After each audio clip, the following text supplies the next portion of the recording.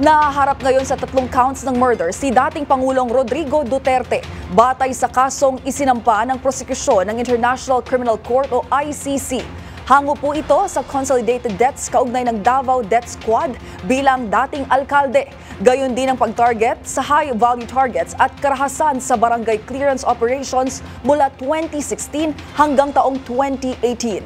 Ang buong detalye ay ibabalita ni Dustin Bayog.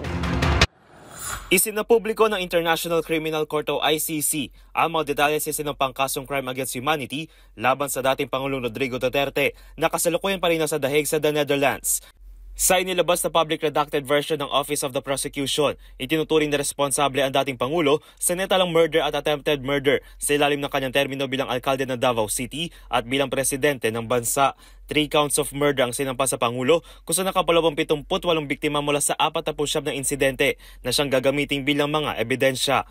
Kabilang dito 19 na napaslang sa kamay ng Davao Death Squad sa taong 2013 hanggang 2016, 14 na biktima na sinasabing high-value targets noong 2016 hanggang 2017 at ang 45 biktima ng murder at attempted murder sa nangyaring barangay clearance operation noong 2016 hanggang 2018. Sinasabi ng dokumento na mayroong common plan ng Pangulo kasama ang iba pang akusado na layong patahimikin ng mga hindi manong drug suspect. Kabilang dito ang pagbuo sa Davao Death Squad, pagbibigay otorisasyon sa paggawa ng krimen, pagbibigay promotion sa kapulisan at pagtatalaga ng mga opisyal na kritikal sa pagpapatupad dito. Dahil dito tinuturing na indirect co-perpetrator ang Pangulo sa mga nangyaring krimen sa ilalim ng kanyang termino mula 2011 hanggang 2019 bilang alkalde at Pangulo. Samantala, dakdakdang gamitin ng Office of the Prosecution ang nasabing dokumento sa ICC Pre-Trial Chamber. Gayon din sa sanang confirmation hearing ngayong araw na nauna ng ipinagpaliban. Para sa MBC TV Network News, ito si Dustin Bayog ng DZRH TV.